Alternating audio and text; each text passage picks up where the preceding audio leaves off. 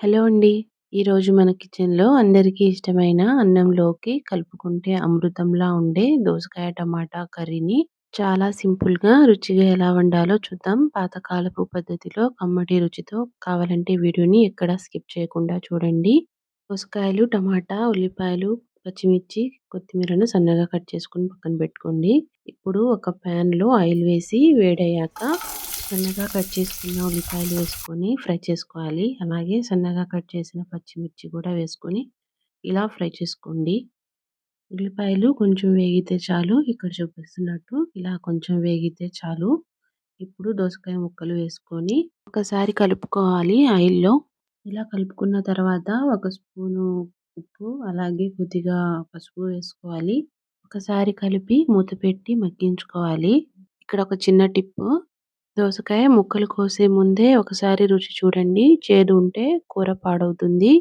ఇక్కడ చూడండి, మూత తీసి చూస్తే కొంచెం ట్రాన్స్‌పరెంట్‌గా అయింది ముక్కలన్నీ. ఇలా అయితే చాలు.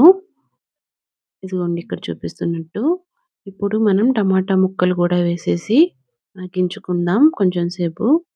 ఇందులో 3 పెద్ద టమాటాలు ముక్కలు వేయండి. టమాటాలు సాఫ్ట్‌గా అయ్యే వరకు ఉడికించాలి. మూత పెట్టి ఉడికించుకోండి. తొందరగా ఉడుకుతుంది.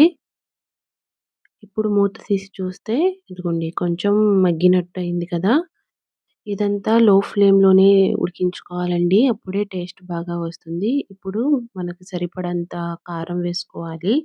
ఒకసారి బాగా కలుపుకోవాలి. ఇక్కడ నేను 2 టీ గ్లాసుల నీళ్లు వేస్తున్నాను.